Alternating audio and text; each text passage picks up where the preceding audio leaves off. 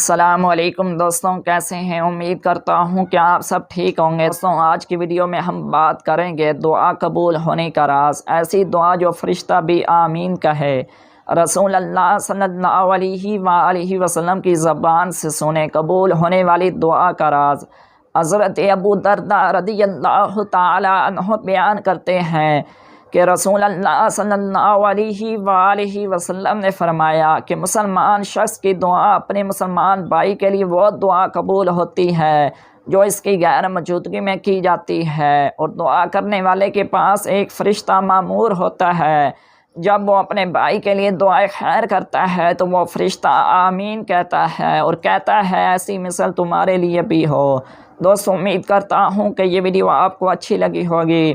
اگر ویڈیو اچھی لگی ہو تو اس ویڈیو کو لائک کر دیں اور اس ویڈیو کو آگے شیئر کریں، اور ایسی مزید ہماری ویڈیو دیکھنے کے لیے ہمارے چینل کو سبسکرائب کر لیں۔